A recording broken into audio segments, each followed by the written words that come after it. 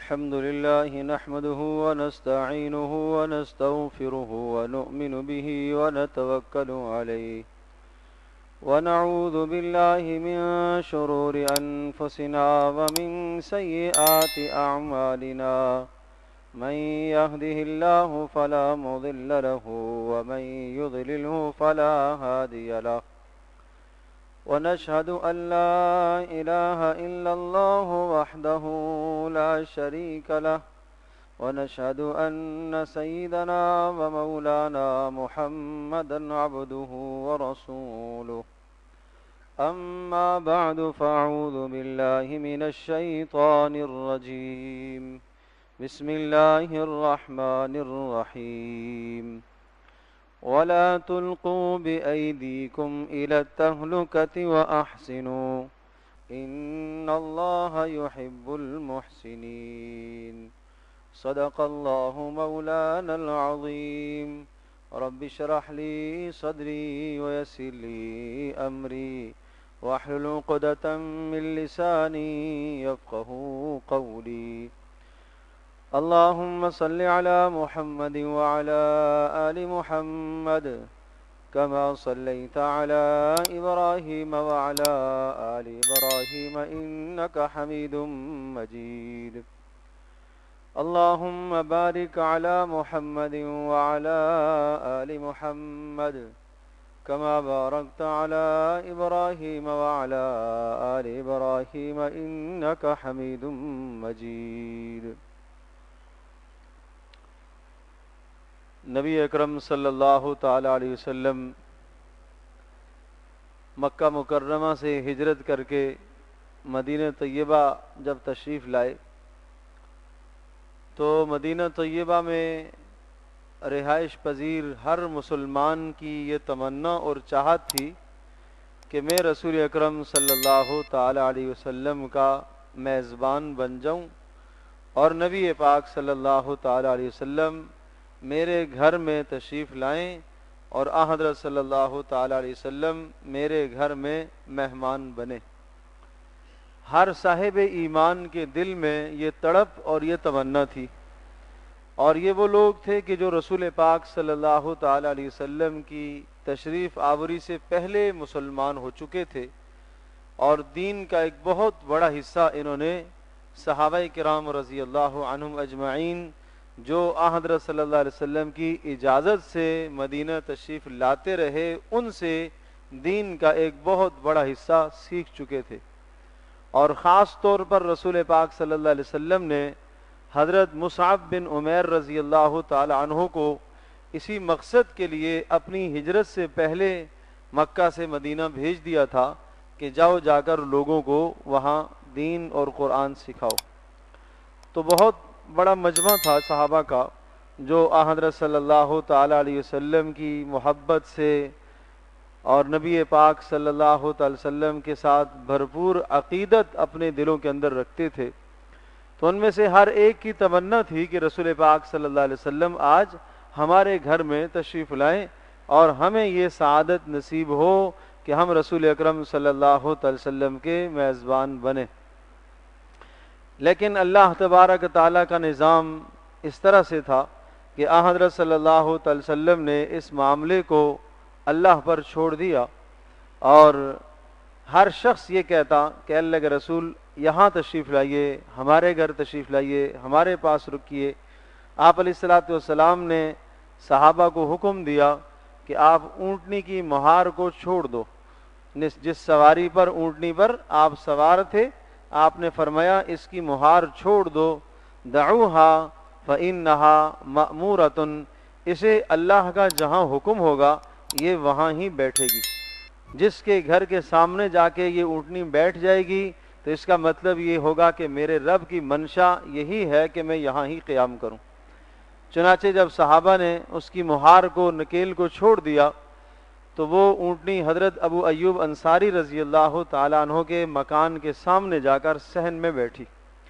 اور حضرت ابو ایوب انصاری رضی اللہ تعالیٰ عنہ کی قسمت جاگ اٹھی کہ نبی پاک صلی اللہ تعالی وسلم کے وہ میزبان بنے۔ اللہ پاک نے انہیں یہ شرف عطا فرمایا کہ رسول پاک صلی اللہ علیہ وسلم نے مدینہ منورہ آنے کے بعد سب سے پہلے ان کے گھر میں قدم رکھا اور ان کے گھر میں قیام فرمایا۔ عجیب زندگی تھی۔ مکان جو تھا ان کا وہ 2 منزلہ مکان تھا۔ نبی پاک صلی اللہ علیہ وسلم سے محبت اور عقیدت تھی، اور مکان کے نچلے حصے میں انہوں نے رسول پاک صلی اللہ علیہ وسلم کو جگہ دی، اور یہ خیال تھا کہ نچلے حصے میں اس لیے جگہ دی جائے کہ حضرت صلی اللہ علیہ وسلم کو کہیں اوپر چڑھنے میں مشقت نہ ہو، اور لوگ ملاقات کے لیے آتے ہیں تو تاکہ کوئی زحمت اور پریشانی نہ ہو، اور اوپر والے حصے میں خود رہنا پسند فرمایا۔ اور ایک رات میں اسی طرح سے حضرت ابو ایوب انصاری رضی اللہ تعالیٰ عنہ اور ان کی اہلیہ گھر میں تھی کہ گھر میں اوپر والے حصے میں پانی گر گیا۔ سردیوں کا وقت تھا تو پانی گرا، تو یہ خیال تھا کہ پانی، اچھا اس زمانے کے جو گھر تھے وہ ایسی چھتیں تو تھی نہیں، قدرے کچے گھر ہوتے تھے، تو پانی نیچے آنے کا کافی زیادہ احتمال تھا کہ ایک گڑا بھرا ہوا اگر پانی کا گر جائے تو چھت ٹپکے گی۔ تو حضرت ابو ایوب انصاری رضی اللہ تعالیٰ کے پاس ایک ہی لحاف تھا رات اوپر اوڑھنے کے لیے، انہوں نے وہ فوری لحاف پانی کے اوپر ڈال دیا اور پانی اس میں جذب کر لیا تاکہ نیچے نبی پاک صلی اللہ علیہ وسلم کو تکلیف نہ ہو، حضرت صلی اللہ علیہ وسلم کو کوئی اذیت نہ ہو۔ اسی طرح سے رات انہوں نے سردی میں وقت گزار دیا، لیکن نبی پاک صلی اللہ علیہ وسلم کو کسی قسم کی تکلیف نہ ہونے دی۔ تو حضرت ابو ایوب انصاری رضی اللہ تعالیٰ عنہ نبی پاک صلی اللہ علیہ وسلم کے میزبان ہیں۔ یہ تو ایک تمہیدی بات میں نے عرض کی ہے۔ اب ان کا ایک قصہ میں آپ کے سامنے عرض کرتا ہوں، اور اس قصے اور واقعے سے ایک قرآن کی آیت کی تشریح جو حضرت ابو ایوب انصاری رضی اللہ تعالیٰ عنہ نے فرمائی ہے وہ تشریح عرض کرتا ہوں، اور اس کے بعد میں اور آپ ہم سب اپنی زندگیوں کا محاسبہ کریں کہ کہاں وہ آیت اور کہاں ابو ایوب انصاری رضی اللہ تعالیٰ عنہ کی وہ تفسیر، اور کہاں ہمارے حالات، ان میں کوئی مناسبت اور مطابقت نہیں پائی جا رہی۔ قصہ یہ ہے کہ جب استنبول کا علاقہ فتح ہوا اور فوجیں مسلمانوں کی اور کافروں کی فوجیں آمنے سامنے کھڑی تھیں، تو ادھر سے مسلمانوں کے جو جرنیل تھے انہوں نے مسلمانوں کو، نوجوانوں کو، اور جو جنگجو اور لڑنے والے تھے انہیں آگے بڑھنے کی تلقین کی۔ تو ہر کوئی اپنے بہادری کے جوہر اور جذبات دکھا رہا تھا، اور جو بھی کافروں کی صفوں میں گھستا چیرتا ہوا دور تک چلا جاتا۔ تو کسی نے یہ آواز لگائی، یہ آیت پڑھی، وَلَا تُلْقُوا بِأَيْدِيكُمْ إِلَى التَّهْلُكَةِ، کہ اس طرح سے دشمنوں کے جھمگٹے میں داخل ہو کر اپنے آپ کو ہلاکت میں مت ڈالو۔ وَلَا تُلْقُوا بِأَيْدِيكُمْ إِلَى التَّهْلُكَةِ، کہ اس طرح سے دشمنوں کے جھمگٹوں میں داخل ہو کر اپنے آپ کو ہلاکت میں مت ڈالو۔ حضرت ابو ایوب انصاری رضی اللہ تعالیٰ عنہ نے یہ بات سن لی، فرمایا خبردار، کیا کہا آپ نے؟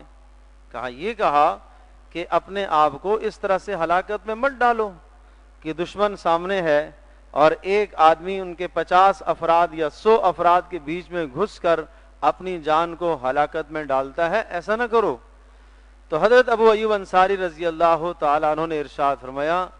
تم کیا جانو یہ آیت کب نازل ہوئی، کیوں نازل ہوئی؟ مجھے معلوم ہے یہ کہاں نازل ہوئی، کس وقت نازل ہوئی، کس مقصد کے لیے نازل ہوئی۔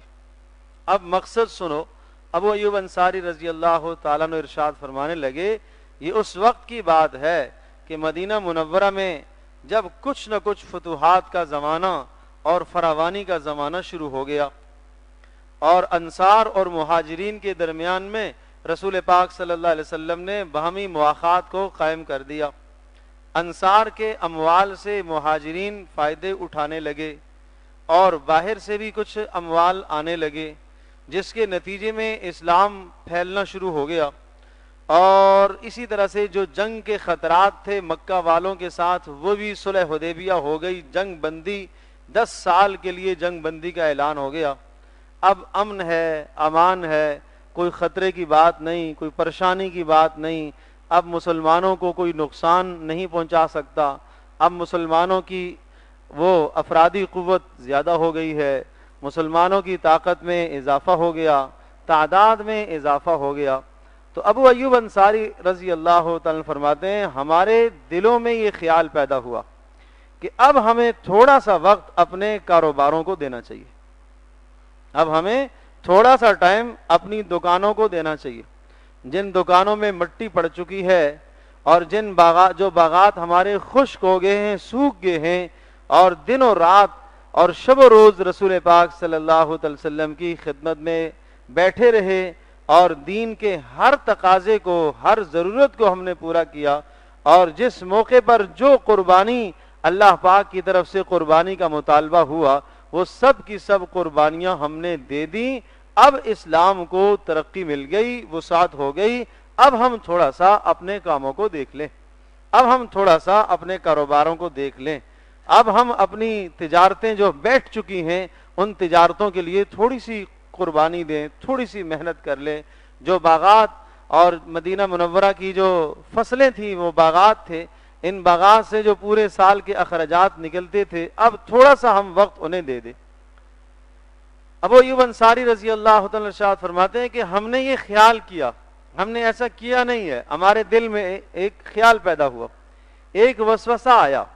ایک تخیل اور ایک خیال پیدا ہوا، تو اس موقع پر اللہ تبارک تعالیٰ نے یہ آیت نازل فرمائی کہ آپ نبی کا دامن چھوڑ کر، رسول پاک صلی اللہ علیہ وسلم کی صحبت کو چھوڑ کر اور دین کی ضروریات اور دین کے تقاضوں کو چھوڑ کر تم اپنے کاروباروں میں لگو گے اور اپنی کھیتی باڑی کو دیکھو گے، یاد رکھو اگر تم نے ایسا کیا تو اپنے آپ کو ہلاکت میں ڈالنا ہے۔ یہ بات سمجھنے کی۔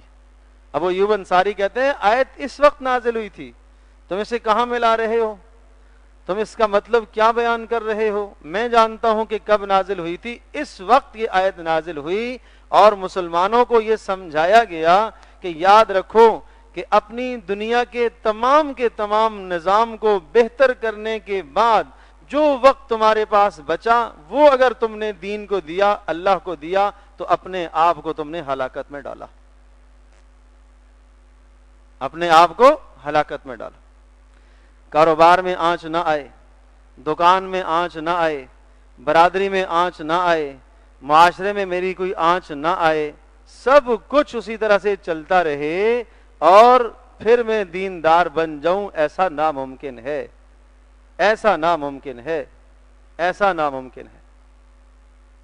نبی پاک صلی اللہ علیہ وسلم کی جو تعلیمات ہیں وہ تعلیمات یہ ہیں کہ آپ اس دنیا سے اپنی ضرورت پوری کرو، بس اس دنیا سے اپنی خواہشات پوری نہ کرو، اس دنیا سے اپنی ضرورت پوری کرو، جو وقت تمہارا ضرورت کو پورا کرنے کے بعد بچتا ہے اس وقت کو تم اللہ پاک کو راضی کرنے کے لیے صرف کرو۔ یہ مقصد ہے دنیا کا۔ ٹھیک ہے آپ فرشتے نہیں ہیں، آپ جو ہے وہ کیڑے مکوڑے چرند پرند درند نہیں ہیں، آپ کو اس دنیا میں رہنے کے لیے مکان چاہیے، آپ کو رہنے کے لیے پیٹ پالنے کے لیے کچھ معاش کا ذریعہ اختیار کرنا ہے، یہ سارے معاملات آپ کے ہیں، لیکن یہ سب کی سب چیزیں آپ کی ضرورت کے درجے میں رہیں۔ جس دن یہ ضرورت سے آگے نکل گئیں اور ان چیزوں کو تم نے اللہ اور اس کے رسول کے مقابلے میں ترجیح دینا شروع کر دی، آپ نے دنیاوی تمام معاملات کو آخرت پر ترجیح دینا شروع کر دی، تو اپنے آپ کو ہلاکت میں ڈالنا ہے۔ تو ابو ایوب انصاری رضی اللہ تعالیٰ عنہ یہ فرما رہے کہ اس آیت کا مفہوم اور معنی یہ ہے وَلَا تُلْقُوا بِأَيْدِيكُمْ إِلَى التَّهْلُكَةِ وَأَحْسِنُوا، کہ اس طرح سے اپنے آپ کو ہلاکت میں نہ ڈالو، نیکی کرو، بھلائی کرو، احسان کرو، اللہ تبارک تعالیٰ کے ساتھ بھی احسان کرو اور اللہ کی مخلوق کے ساتھ بھی احسان کرو۔ اللہ کے ساتھ احسان یہ ہے کہ تمہاری بندگی ایسی ہو اور تمہاری نماز ایسی ہو جائے اور تمہاری تلاوت ایسی ہو اور تمہارا ذکر اور تمہاری راتیں ایسی ہوں، ہر لمحے تمہارے دل میں یہ خیال موجود رہے کہ میں اللہ تبارک تعالیٰ کو دیکھ رہا ہوں، اور اگر یہ تصور نہ جم پائے تو یہ تصور ضرور ہو جائے کہ اللہ پاک مجھے دیکھ رہا ہے۔ اگر یہ تصور نہیں ہے تو پھر تم نے اپنے آپ کو ہلاکت میں ڈال دیا۔ اب ہم اپنی عبادات کا جائزہ لیں، اپنی نمازوں کو ہم دیکھ لیں کہ شروع سے لے کر آخر تک کتنی مرتبہ ہماری نمازوں میں دھیان اللہ کی طرف جاتا ہے، کتنی مرتبہ یہ خیال آتا ہے کہ میں اللہ کے سامنے کھڑا ہوں؟ دوران تلاوت کتنی مرتبہ میں سوچتا ہوں کہ میں اللہ کا کلام پڑھ رہا ہوں؟ اور تجارت کرتے وقت اور دکان میں کھڑے ہو کر دکان میں کاروبار کرتے ہوئے گاہک جب سامنے آتا ہے تو کتنی مرتبہ میرے دل میں یہ خیال بیٹھتا ہے کہ میں اللہ تبارک و تعالیٰ کے سامنے کھڑا ہوں، مجھے اللہ کے سامنے پیش ہونا ہے۔ اگر ایک ایک پائی کا حساب میں نے غلط کر دیا، کل قیامت کے دن اس کا حساب مجھے دینا ہوگا۔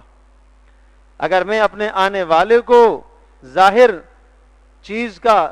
جو خریدنے کے لیے آیا ہے اس کا عیب اور اس کی برائی میں چھپا لیتا ہوں، ظاہری منافع میں حاصل کر لیتا ہوں، مجھے اللہ کے پاس جانا ہے، اللہ کے سامنے مجھے جواب دہ ہونا ہے۔ مجھے ایک مسلمان کی خیر خواہی کرنی ہے، چونکہ میرا رب ہے، میرا اللہ ہے، مجھے اللہ کے سامنے پیش ہونا ہے اور مجھے اللہ کے سامنے ایک ایک بات کا جواب دہ ہونا ہے، اور میرا آنے والا جو بھائی میرے پاس آیا ہے وہ بھی اور میں بھی، جیسے وہ اللہ کا بندہ ایسے میں بھی اللہ کا بندہ ہوں۔ جیسے وہ یہ چاہتا ہے میرے ساتھ دھوکہ نہ ہو، ایسے میں بھی چاہتا ہوں میرے ساتھ دھوکہ نہ ہو۔ جب میں یہ چاہتا ہوں کہ میرے ساتھ کوئی دھوکہ نہ کرے تو پھر میں اپنے بھائی کے ساتھ بھی دھوکہ نہ کروں۔ جب میں یہ چاہتا ہوں کہ میرے ساتھ کوئی جھوٹ نہ بولے تو پھر میرا بھائی بھی یہی چاہتا ہوگا کہ اس کے ساتھ بھی کوئی جھوٹ نہ بولے۔ جب میں یہ چاہتا ہوں کہ مجھے کسی چیز میں ایسا نقصان نہ ہو کہ مجھے دکھایا اور گیا ہے اور دیا اور گیا ہے، تو پھر میرا بھائی بھی ہے، اس کے دل میں بھی یہی تمنا ہے۔ تو میرا عزیز دوستو اور بزرگوں، نبی پاک صلی اللہ علیہ وسلم کا ارشاد گرامی ہے، اور اس کو سننے کے بعد پھر ہم اپنے ضمیروں کو جھنجھوڑیں، پھر ہم اپنے باطن کو، اپنے اندر کی فکر کریں، پھر ہم اپنے ضمیر کو بدلنے کی کوشش کریں۔ آپ نے ارشاد فرمایا یہ دنیا اور آخرت یہ دونوں کی دونوں سوکنوں کی طرح ہے۔ جیسے ایک شوہر کے نکاح میں دو بیویاں ہوتی ہیں اور وہ دونوں کی دونوں سوکنے ہوتی ہیں آپس میں، اسی طرح سے فرمایا یہ دنیا اور آخرت یہ سوکنوں کی طرح ہے۔ اگر تم دنیا کو بناؤ گے تمہاری آخرت بگڑے گی، اور اگر تم آخرت کو بناؤ گے تمہاری دنیا بگڑے گی۔ کچھ نہ کچھ بگاڑ دنیا میں آئے گا۔ یہ کبھی نہیں ہو سکتا کہ تم اپنی آخرت کو سنوارنے کے لیے دنیا کا ہر نظام بہتر سے بہتر چلا لو، ایسا نہیں ہو سکتا۔ دنیا میں آخرت کو سنوارنے کے لیے دنیا میں تمہارے خاندان کا کوئی فرد تم سے ناراض نہ ہو، یہ ممکن نہیں ہے۔ لیکن اگر بندے کا ہدف اور مقصد دنیا میں اللہ کو راضی کرنا ہے تو پھر وہ کسی کی پرواہ نہیں کرے گا۔ کوئی تقریب، کوئی موقع ایسا آیا کہ جہاں گناہ کے کام ہو رہے ہیں اور آپ کو دعوت دی گئی ہے، چاہے وہ شادی ہی کی تقریب کیوں نہ ہو، آپ کو مدعو کیا گیا ہے۔ اب دو باتیں ہیں، ایک یہ کہ ہم خاندان کو راضی کریں اور وہاں گناہ کی جگہ پر چلے جائیں، اور گناہ کے موقع پر ہم حاضر ہو جائیں، اور گناہ کے موقع پر ہم نے حاضری دی اور وہاں چلے گئے تو ہم نے گویا کہ دنیا کو تو راضی کر دیا، دنیا کا فائدہ ہم نے پا لیا، لیکن آخرت کا منافع ہم کھو بیٹھے، آخرت کا ہم نقصان کر بیٹھے۔ یہ گناہ جو ایسی مجالس میں جا کر ہوا اور اللہ پاک کی ناراضگی اور رسول پاک صلی اللہ علیہ وسلم کی ناراضگی ہم نے جو مول لے لی ہے، یاد رکھیے گا اس گناہ کی لذت بہت تھوڑی سی قلیل ہے، عارضی ہے، لیکن اس گناہ پر ہونے والا، مرتب ہونے والا جو سزا کا معاملہ ہے وہ دائمی ہے، وہ ہمیشہ ہمیشہ والا ہے۔ اور ادھر دوسری طرف اگر آپ نے دنیا کی ناراضگی کی پرواہ نہ کی، خاندان کی ناراضگی کی پرواہ نہ کی، آپ نے اللہ اور اس کے رسول کی رضا کو تلاش کرنے کی کوشش کی، یہ ظاہری مشقت تھوڑی سی آئے گی، یہ مشقت عارضی ہے، اور اس مشقت پر ملنے والا اجر وہ دائمی ہے۔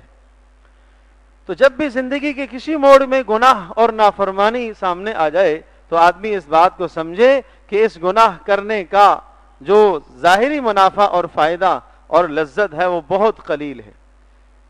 4 گھنٹوں کی، 6 گھنٹوں کی، 10 گھنٹوں کی، 1 سال کی، 2 سال کی بھی نہیں، چند لمحوں کی لذت ہے،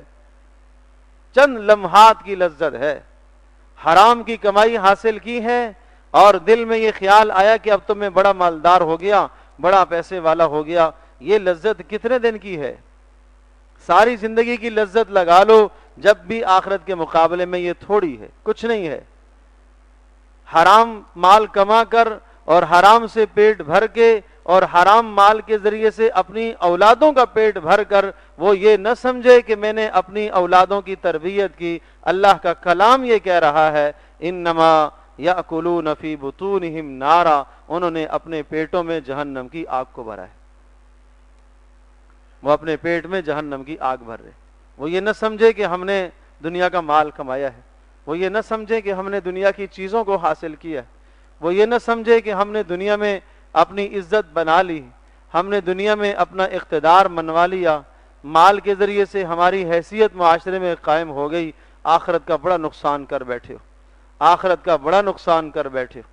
آخرت کا بہت بڑا نقصان کر بیٹھے ہو. تو اس لیے حضرت ابو ایوب انصاری رضی اللہ تعالیٰ عنہ یہ تفسیر فرما رہے اور وہ یہ مضمون ذکر فرما رہے ہیں، اور ان کے مضمون کا خلاصہ یہ ہوا کہ یاد رکھو آخرت کو بنانے کے لیے دنیا میں بگاڑ آئے گا. تمہاری آخرت جب سنورے گی جب دنیا کے نقشے تمہارے ٹوٹیں گے، جب تمہاری خواہشات پر زد پڑے گی، تمہاری بیوی کی خواہشات پر زد پڑے گی، تمہاری اولادوں کی خواہشات پر زد پڑے گی، اور تمہیں کنبے اور برادری اور خاندان کی بہت ساری باتوں کو اور رسم و رواج کو چھوڑنا پڑے گا، پھر جا کر تمہاری آخرت بنے گی. اب میں اس کی چند مثالیں اور عرض کرتا ہوں. مجھے آپ یہ بتائیے،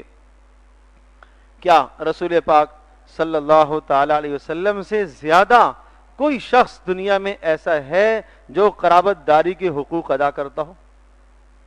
یہ تو ہمارا ایمان ہے نا. نبی پاک صلی اللہ علیہ وسلم دین کا ہر حصہ اور ہر شعبہ لے کر آئے اور زندہ بھی فرمایا انہوں نے. تو نبی پاک صلی اللہ علیہ وسلم کی مکہ مکرمہ میں قرابت داریاں تھیں، آپ کے قریبی اور خونی رشتے تھے، آپ کے چچے تھے. ابو طالب مسلمان تو نہ ہوئے لیکن رسول پاک صلی اللہ علیہ وسلم کے زبردست حمایتی تھے، آپ علیہ الصلوۃ والسلام کے ساتھ تعاون کرنے والے تھے. اور نبی پاک صلی اللہ تعالی علیہ وسلم کو ایک مرتبہ بلایا. یہ اس وقت کی بات ہے کہ جب مشرکین کے بڑے بڑے سردار آپ علیہ الصلوۃ والسلام کی شکایت لے کر ابو طالب چچا کے پاس پہنچے، اور چچا کا آخری وقت تھا، اور آ کر کہنے لگے اپنے بھتیجے کو سمجھا کر جاؤ، انہوں نے ہمارے ماحول کے اندر جدائی ڈال دی ہے، انہوں نے تفریق کر دی ہے، باپ بیٹے کو انہوں نے جدا کر دیا ہے، میاں بیوی کو انہوں نے جدا کر دیا ہے، خاندان انہوں نے ہمارے توڑ دیے ہیں. یہ احساسات لے کر اور یہ خیالات لے کر ابو طالب کے پاس پہنچے. ابو طالب نے اپنے خاندان والوں کی تقریر کو سنا تو وہ بھی دل برداشتہ ہوئے اور ان کی تقریر سے متاثر ہو گئے، اور ان کی تقریر ان کے دل پر اثر کر گئی. تو ابو طالب نے رسول اکرم صلی اللہ علیہ وسلم کو بلایا، کہا بھتیجا میں نے آپ کے ساتھ ہر قسم کی مدد کی ہے، تعاون کیا ہے، لیکن اب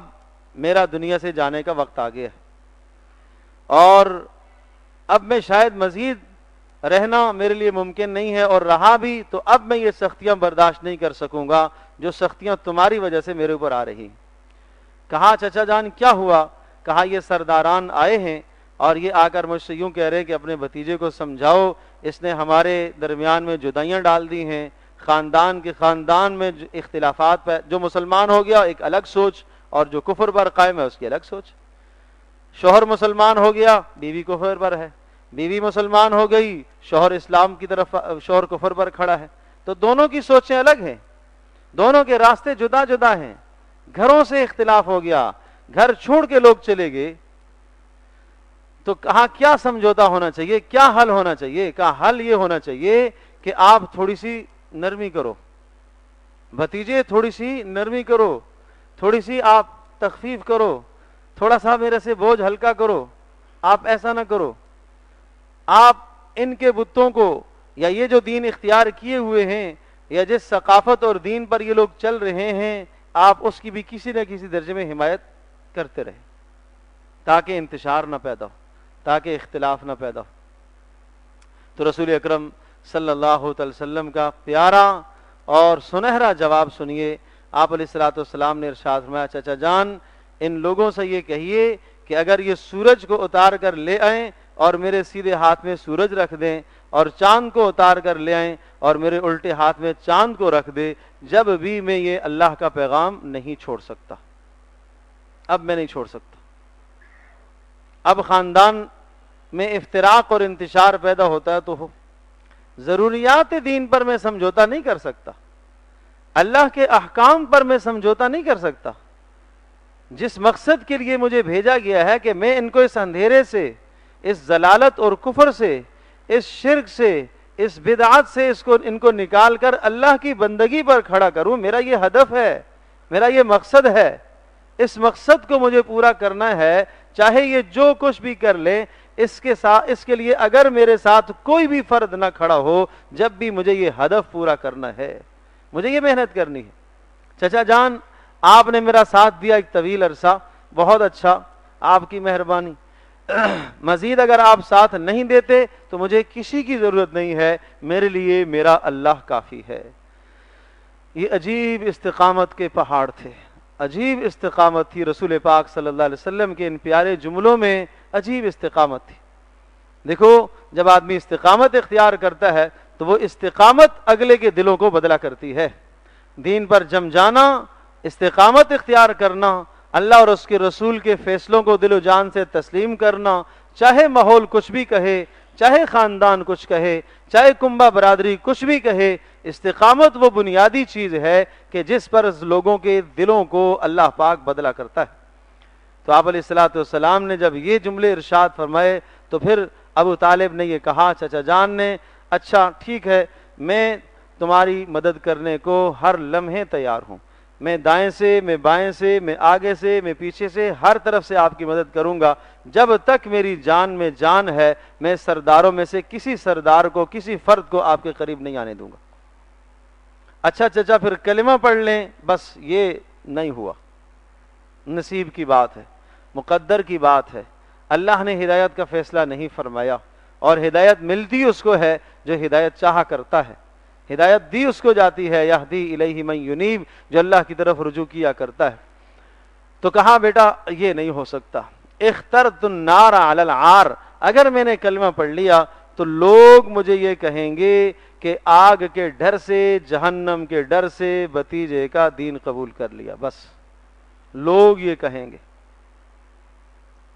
یہ اندر کا بڑا سخت پاپی ہے جو اندر بیٹھا ہوا ہے، لوگ کیا کہیں گے؟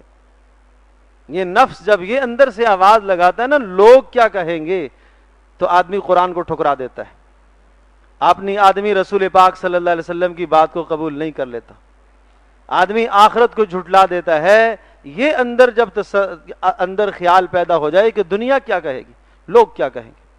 تو یاد رکھیے گا میرے عزیز دوستوں اور بزرگوں، جب آپ حق پر ہیں، آپ دین پر ہیں، آپ رسول پاک صلی اللہ علیہ وسلم کی سنت پر قائم ہیں، تو پھر لوگ جو کہے اس کی پرواہ نہ کیا کرو۔ پھر یہ مطلوب ہے، یہ مقصود ہے کہ آپ کو لوگ کہیں اور آپ برداشت کریں۔ پھر یہ مقصود ہے اور مطلوب ہے شریعت میں کہ لوگ آپ کو کہیں برا اور آپ برداشت کریں۔ یہ پیارے پیغمبر صلی اللہ علیہ وسلم کا پھر فرمان ہے کہ تم ایسا اللہ کو یاد کرو، ایسا راضی کر کے دکھاؤ کہ لوگ تمہیں دیوانہ اور مجنون کہیں، لوگ تمہیں پاگل کہیں، لوگ تمہیں دانشور نہیں کہیں گے، لوگ تمہیں عقل مند نہیں کہیں گے، لوگ تمہیں سمجھدار نہیں کہیں گے، لیکن یاد رکھیے گا تم اللہ اور اس کے رسول کے نزدیک سمجھدار بن جاؤ گے۔ الکیس من دان نفسہ وعمل لما بعد الموت، پوچھنے والے نے پوچھا اللہ کے رسول، سب سے زیادہ سمجھدار کون ہے، سب سے زیادہ عقل مند کون ہے؟ آج اگر ہمارے سے کوئی پوچھے، ہم گرد و نواح کے ماحول اور معاشرے کو دیکھ کر اور سب سوچوں کو دیکھ کر پھر ہم جواب دیں سب سے زیادہ سمجھدار کون ہے، کیا جواب ہوگا ہمارے پاس؟ جس کا بینک بیلنس ہو، جس کی دنیا اچھی بن گئی ہو، اور جسے دنیا میں اقتدار حاصل ہو گیا ہو، اور جسے دنیا کی چیزیں حاصل ہو گئی ہوں، اور جو 2 4 6 50 لوگوں کو پاگل بناتا ہو، دھوکے کرتا ہو، فراڈ کرتا ہو، ہم سمجھتے ہیں یہ سمجھدار ہے۔ اللہ کے رسول صلی اللہ علیہ وسلم کی سوچ، نبی علیہ الصلوۃ والسلام نے جو ہمیں سوچ دی ہے، الکیس من دان نفسہ وعمل لما بعد الموت، عقل مند وہ ہے جس نے اللہ کے حکم کے مقابلے میں اپنے نفس کی خواہشات کو قربان کر دیا، یہ ہے عقل مند، یہ ہے سمجھدار، یہ سمجھدار ہے جس نے کنبے، برادری، معاشرے، خاندان کو نہیں دیکھا، جس نے اللہ کے حکم کو دیکھا۔ جس نے پیارے پیغمبر صلی اللہ علیہ وسلم کی سنت کو دیکھا۔ وعمل لما بعد الموت، اور موت کے بعد کی جو زندگی ہے اس کے لیے جو ہر وقت تیار ہوا، یہ ہے عقل مند۔ اولئک الاکیاس، یہ ہیں عقل مند لوگ، ذہبوا بشرافت الدنیا والآخرہ، دنیا اور آخرت کی ساری عزتیں یہی لوٹ کر لے گے، جن میں دو خصلتیں پائی گئی، 4 20 50 نہیں، صرف دو باتیں۔ من دان نفسہ وعمل لما بعد الموت، جس نے اپنے نفس کو قابو کر لیا، نفس کے اندر اٹھنے والا جو جذبہ ہے، جو غلط سوچ ہے، غلط خیال ہے، اگر وہ غلط سوچ، وہ غلط خیال اللہ اور اس کے رسول صلی اللہ علیہ وسلم کے حکم کے ساتھ اور سنت کے ساتھ متصادم ہے، ٹکراؤ پیدا کر رہا ہے، اس سوچ کو پیچھے کر دے، اللہ اور اس کے رسول کے حکم کو آگے لے آئے۔ یہ عقل مند کی نشانی آپ نے بتائی۔ اور کیا ہے؟ وعمل لما بعد الموت، اور موت کے بعد کی زندگی کے لیے ہر وقت تیار رہا۔ یہ عقل مند اللہ اور اس کے رسول کے نزدیک جو عقل مند ہے اسے عقل مند کہا جائے گا۔ اگر اس کے پاس دنیا میں سر چھپانے کے لیے گھر نہیں ہے تو عقل مند ہے، اگر اس کے پاس دنیا میں اپنا جسم ڈھانپنے کے لیے کپڑا نہیں ہے تو بھی عقل مند ہے، اگر اس کے پاس دنیا میں ایک وقت کا کھانا میسر نہیں ہے، فاقے پر فاقے آ رہے ہیں اور بھوک سے بچے بلبلا کر جان دے رہے ہیں، جب بھی یہ آدمی عقل مند ہے۔ عقل مندی کا معیار اللہ اور اس کے رسول نے جو متعین فرمایا وہ عقل مندی کا معیار ہے۔ ہم کچھ اور سمجھ بیٹھے کہ دنیا آ جائے، مال آ جائے، پیسہ آ جائے، چاہے کسی بھی طریقے سے آئے، کسی بھی راستے سے آئے، نہ حلال نہ حرام، ان تمام چیزوں سے ہم آراستہ نہ، ان تمام چیزوں سے ہم آزاد ہو کر، حلال اور حرام کی تمیز سے ہم آزاد ہو کر زندگی گزارنا چاہیں تو یہ ہے اپنے آپ کو ہلاکت میں ڈالنا۔ یہ آیت بتا رہی ہے وَلَا تُلْقُوا بِأَيْدِيكُمْ إِلَى التَّهْلُكَةِ، اس طرح سے اپنے آپ کو ہلاکت میں نہ ڈالو کہ تم اپنی دنیا بناتے چلے جاؤ اور تمہاری آخرت بگڑتی چلی جائے، تمہاری آخرت کا نقصان ہوتا چلا جائے اور تمہاری دنیا بگڑتی چلی جائے، یہ اپنے آپ کو ہلاکت میں ڈالنا ہے۔ تو آخری بات پھر عرض کروں گا کہ آخرت کو بنانے کے لیے دنیا کے نقشے ٹوٹتے ہیں، آخرت کو سنوارنے کے لیے دنیا کے نقصان ہوتے ہیں، اللہ کو راضی کرنے کے لیے دنیا کی ناراضگیاں مول لینی پڑیں گی، رسول پاک صلی اللہ علیہ وسلم کو راضی کرنے کے لیے، ان کی شفاعت حاصل کرنے کے لیے اور ان کی سنت پر عمل کرنے کے لیے دنیا کے بہت سارے رسم و رواج آپ کو چھوڑنے پڑیں گے۔ اب فیصلہ آپ پر ہے، ہم پر ہے کہ ہم کیا فیصلہ کرتے ہیں، ترجیحات ہم کیا ترجیح دیتے ہیں، کیا اللہ اور اس کے رسول کی رضامندی کو حاصل کریں یا خاندان، معاشرے اور نفس اور بیوی بچوں کی چاہتوں کو حاصل کریں۔ ہر آدمی اپنے ایمان کے مطابق جواب ڈھونڈ لے کہ مجھے کیا کرنا چاہیے۔ اسی کو اللہ پاک نے ایک جگہ نہیں کئی جگہ قرآن میں ذکر فرمایا، بل تؤثرون الحیات الدنیا، اس مضمون کو ذکر فرمایا، بس تم دنیا کے پیچھے چلتے ہو، والآخرۃ خیر وابقی، آخرت باقی رہنے والی ہے، دائمی ہے، کلا بل تحبون العاجلہ وتذرون الآخرہ، دنیا کو ہی پسند کرتے ہو، آخرت کو تو نے پس پش ڈال دیا ہے۔ ما عندکم ینفد وما عند اللہ باق، یاد رکھنا جو تمہارے پاس ہے، جوانی ختم ہو جائے گی، اس کو اللہ کے حکم میں کھپا لیا، وہ اللہ کے پاس تمہاری عبادتیں باقی رہ جائیں گی۔ مال ختم ہو جائے گا، اللہ کی راہ میں خرچ کر دیا، وہ اللہ کے پاس باقی چلا گیا۔ مال پر جو شکر ادا کیا، یہ شکر عارضی ہے، یہ تکلیف عارضی ہے، لیکن اس کا ثمرہ اللہ کے پاس باقی رہ گیا۔ مصائب دنیا میں آئیں، ان پر صبر کر لیا، مصائب عارضی ہیں، ختم ہو جائیں گے، لیکن اس پر جو صبر کیا اس کا ملنے والا اجر دائمی ہے، ہمیشہ ہمیشہ کے لیے ہے۔ تو مومن ہمیشہ آخرت کو ترجیح دیا کرتا ہے۔ اللہ پاک ہم سب کے لیے سمجھنا عمل کرنا آسان